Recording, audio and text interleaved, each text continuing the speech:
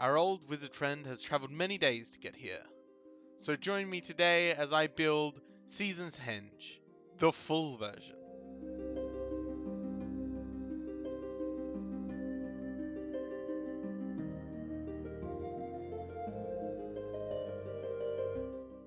I started by building the foam base out of these 3 foam discs and a bunch of XPS foam as well.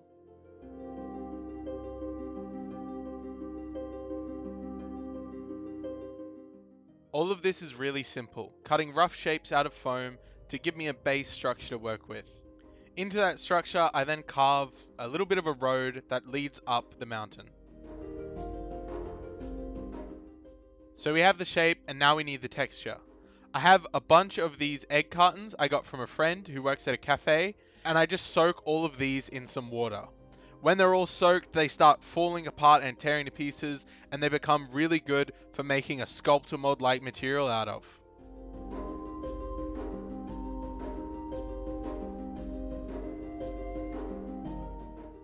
I just run that through a strainer, try to get as much water out of it as I can, and I'm left with a lot of big chunks that I can then mix into the plaster. And the texture you get with this stuff is really cool. I'm not quite sure what type of rock it is. I can't put a name to it, but it's like this smooth and bumpy sort of rock, not a sharp or jagged rock. I cover the front side as well, the most important part, and I try not to get any of it along the stairway, because into that I'm going to press a stony sort of texture. It ends up making it look a bit different to the stone walls.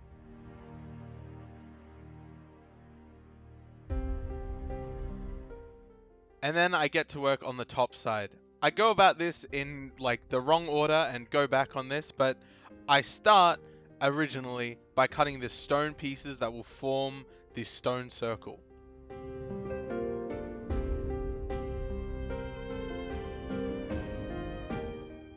I then texture them just like I did with the other ones by pushing them against this rock. Unlike the other ones though, I make all of these the same sort of size and very similar. That way they look more uniform and like they're meant to be together, rather than looking like ruins.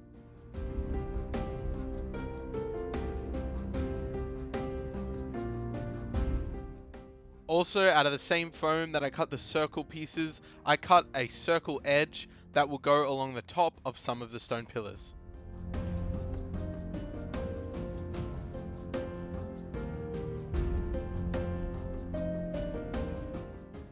I then get to work on the little pool that will be sitting in the middle of them.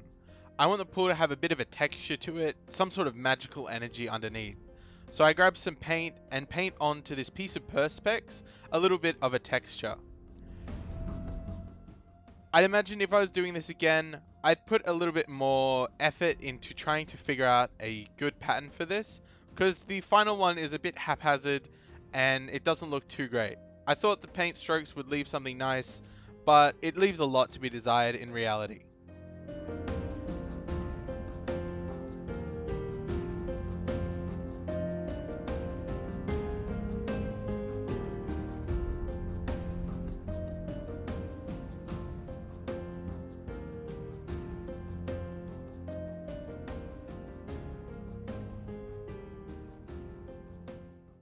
I then start carving out a place for it to sit up the top, with enough room underneath to put some lights.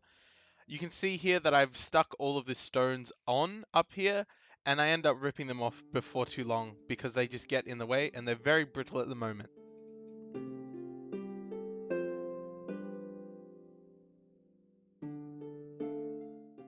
And then I carve a spot for the battery pack to sit underneath. With these lights, what I do is I twist them up. This is a row of like 300 of these lights. It goes for really, really long, which means that it's really hard to work with. So I end up just twisting it up and making it fold back on itself. So that way it's a little easy to work with. And also it means that it folds into 3 different directions because I folded it back and then folded it forwards on itself. I don't really have a good way to describe that. To be honest, I'm not 100% sure what I did.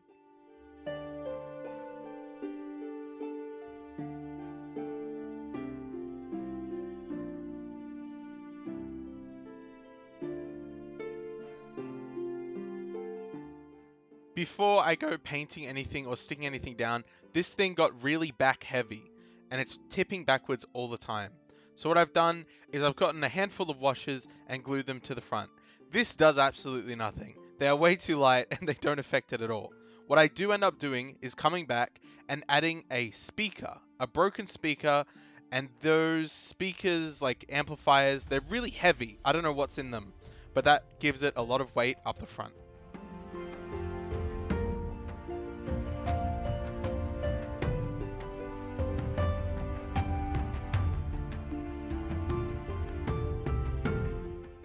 I then cover everything in black paint and PVA glue and I mix them together.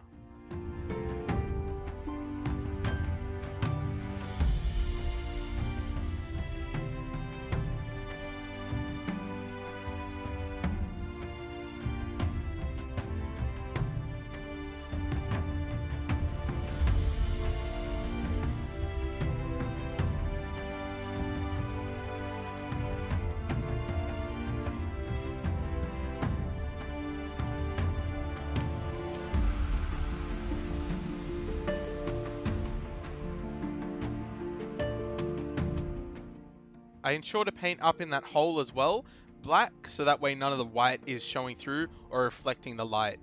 And then I stick on the light and start feeding it up into that hole.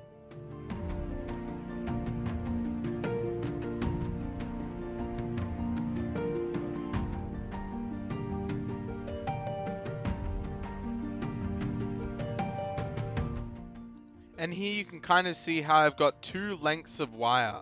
I've got the wire lights going up and then coming back down and then going out, and I'm going to use those excess lights coming back out as some lights for hanging in the vines up the top.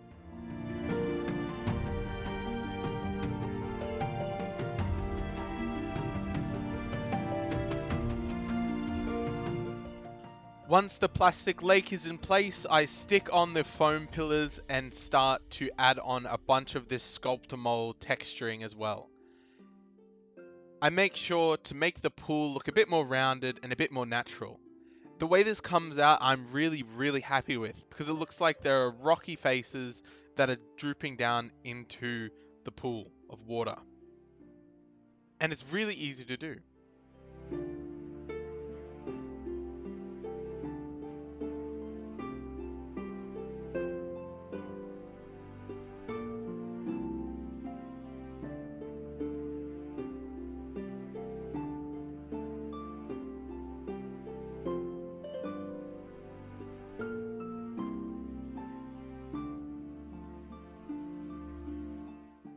And here you can see I cut a big hole in the bottom and put a speaker in there, a broken one to be fair, and then covered it in more of that texture plaster because that is also very heavy, much heavier than the normal foam that was there.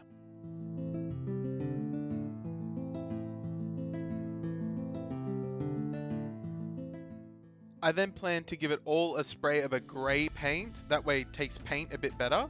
However, in order to not cover up that little pool, I'm just going to stick some blue tack in the corners and then stick on a piece of tissue paper. And this will easily cover that up.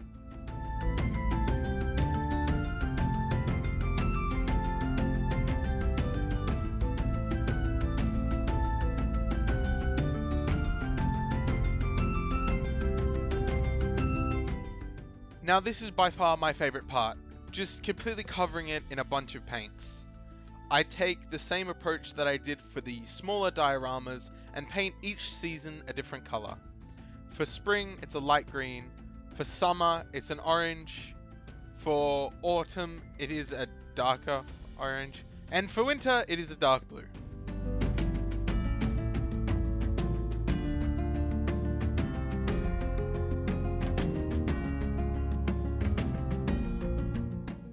I also make sure to hit the underside as well as the upper facing rock structures, the like normal ground rocks, with a whole slew of all of these colors to make it look a bit more natural and a little bit more magic.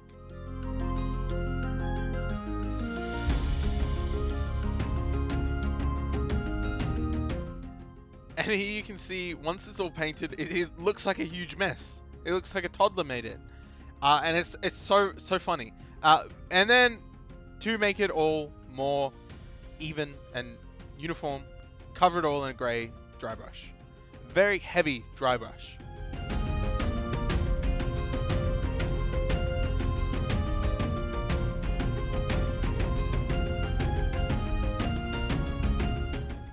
Once the dry brush is all dry, I give it a coat in a black wash as well, and this gives it a more dark feel.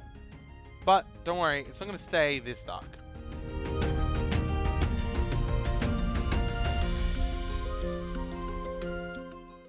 Because the final step for the stone is just a lighter dry brush, picking up all of the raised edges that would catch the light.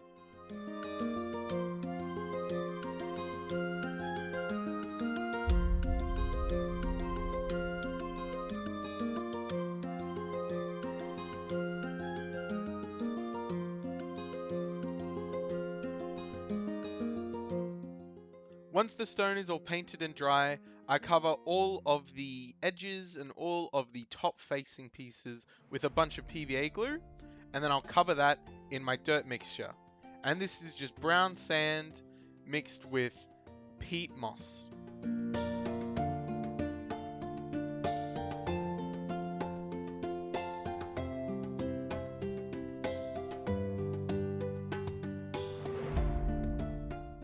Once it is dry, I sweep away all of the excess and start covering it in some methylated spirits and some watered down PVA glue. This will lock in the dirt and protect it from the environment, as well as stop it from flaking off.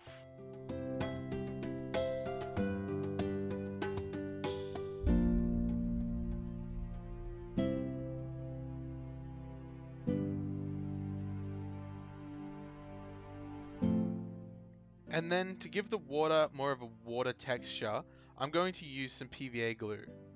Now this isn't like a water texture that is like $30 from Vallejo or something, but I think it gets the job done pretty well, just to give it a bit more texture on the flat piece of plastic. And I am super happy with how this little pond came out.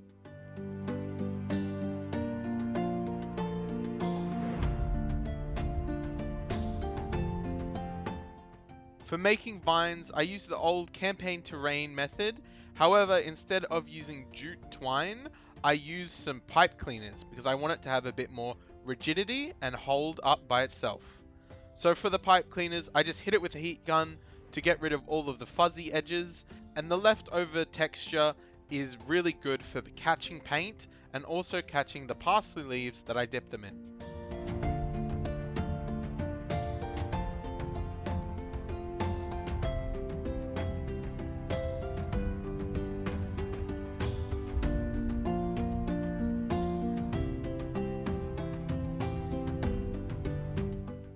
While I wait for those to dry, I also start flocking the top of each season. I do this in the same manner with the same materials as I did with the last one. I go through with some static grass for spring and summer, and then I use some fallen leaves cut from a little cutter from Green Stuff World for autumn, and then I use some bicarb soda, white paint, and some tiny little sparkles of mica powder for some snow paste for winter.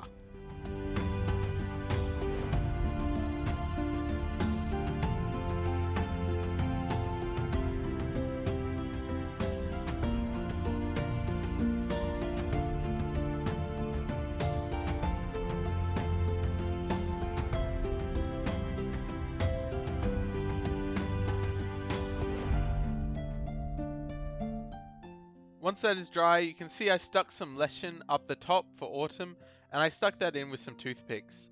I'm also going to add some greenery to the path that's leading down because it looks a bit too barren right now.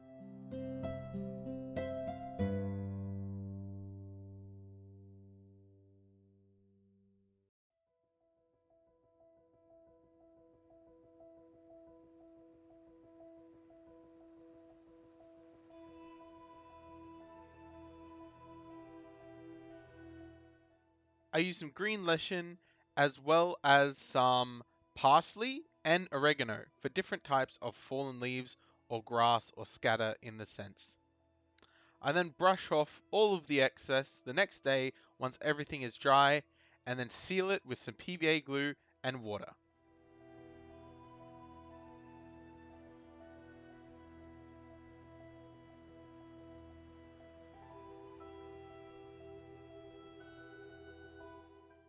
And then on that string of lights, I just twist around the vines made of the pipe cleaners. And then just string them around everywhere, keeping them secure with some hot glue.